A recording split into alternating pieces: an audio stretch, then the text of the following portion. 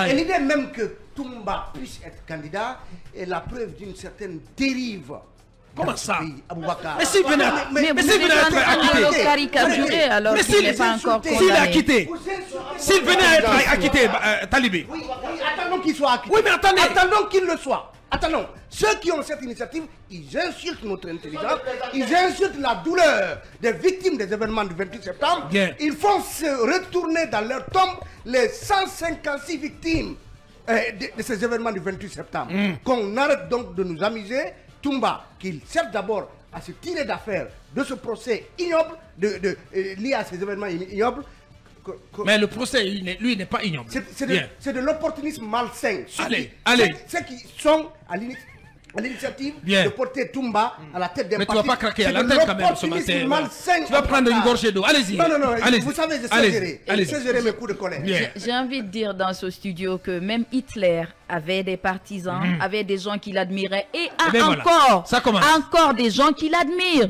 Ça, c'était la réaction des uns et des autres, alors même que l'information était encore une rumeur. Rien n'était officiel, mais déjà l'opinion était divisée à ce que Toumba puisse être à la tête d'un parti politique. Et maintenant que les choses sont officielles, il y a de ceux qui pensent que Toumba aurait mieux gagné s'il avait créé un mouvement humanitaire pour soutenir les personnes victimes d'injustice ou de préjudice. Il aurait mieux gagné encore en popularité, il aurait été une icône nationale, plus ancrée s'il partait dans cette direction-là plutôt que d'aller sur le terrain de la politique.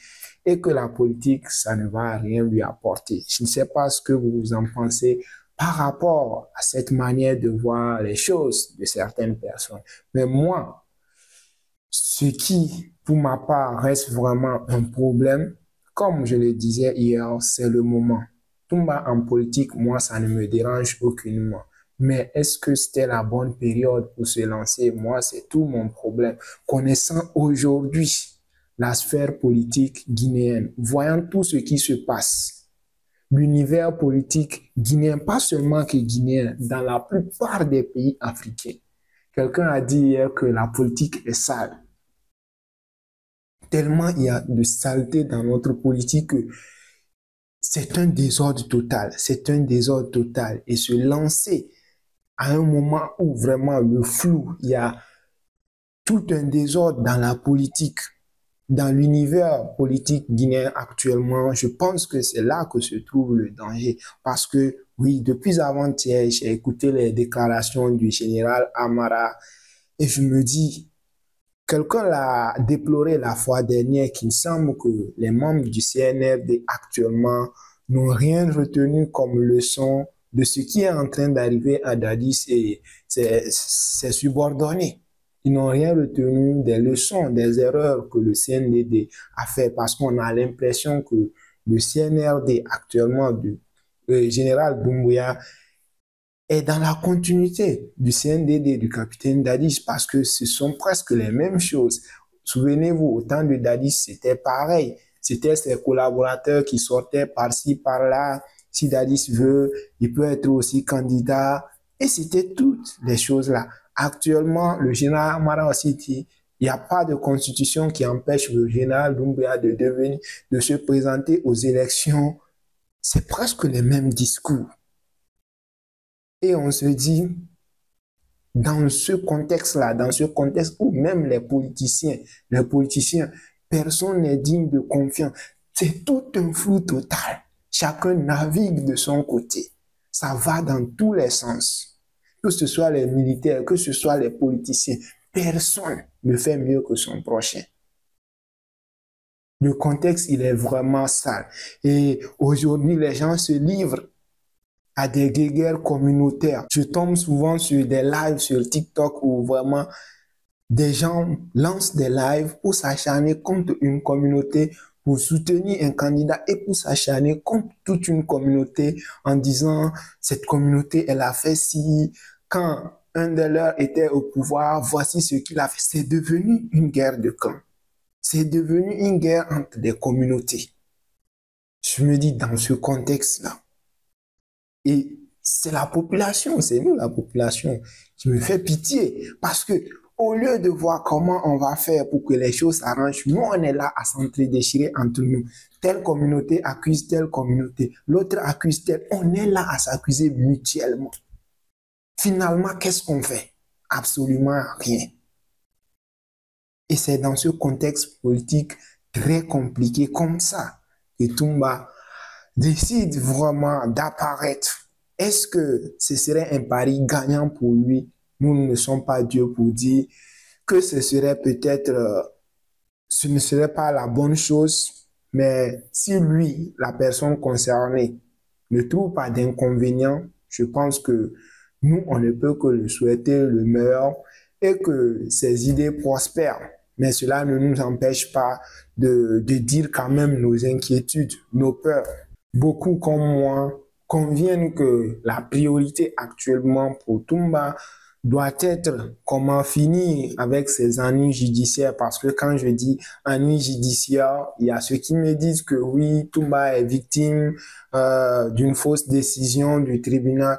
Oui, on est tous d'accord que Toumba est victime d'une erreur judiciaire dans ce procès-là, mais la décision, elle est là. Et il faut faire avec, il faut faire face à cette décision. Mais tant que tu n'es pas encore sorti, c'est que tu es toujours dans les mains de la justice, même si c'est une mauvaise décision contre toi, tu n'es pas libre de tes mouvements. Il y a de cela très peu de temps où C.C. Raphaël était dans le pétrin. Il avait des ennuis judiciaires, mais cela ne voulait pas dire forcément qu'il était coupable.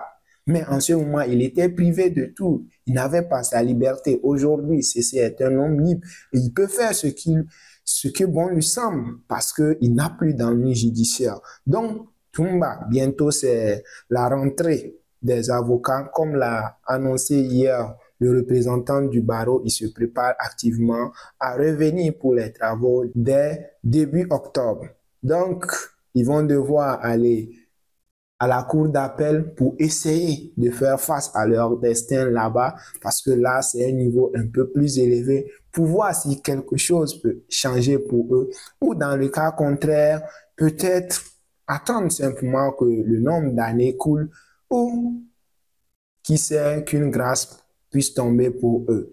Mais de toute façon, peu importe la manière, il faudra qu'ils sortent vraiment de ces ennuis judiciaires, qu'ils sortent de ces griffes, qui se soustrait de la justice et ensuite il deviendra un homme libre et il pourra faire tout ce qu'il veut et aussi se concentrer sur sa santé parce que ça c'est préoccupant, même si actuellement c'est stable, il a trouvé des calmants et tout et pour le moment ça va mieux et moi je me dis certainement que c'est une raison valable pour laquelle les autorités peut-être n'ont pas voulu lui donner la permission d'aller se soigner à l'extérieur parce qu'on se dit certainement s'il va là-bas, peut-être que des potentielles personnes qui pourraient le soutenir financièrement dans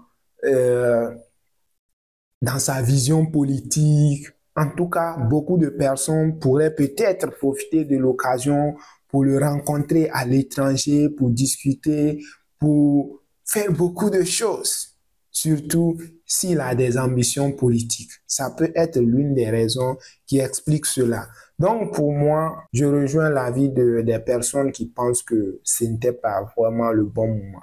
Mais vu que c'est déjà fait, alors on ne peut que prier que tout se passe bien, que cela n'aggrave pas sa situation judiciaire, que cela ne lui cause pas plus d'ennuis. Si, qui sait, peut-être que ça peut aussi m'ouvrir des opportunités pour qu'il puisse quitter vite que prévu cette prison. Et on espère tout simplement que cette décision ne fera pas qu'il ait plus d'ennemis plutôt que de faire l'unanimité au sein de l'opinion publique. On l'espère en tout cas.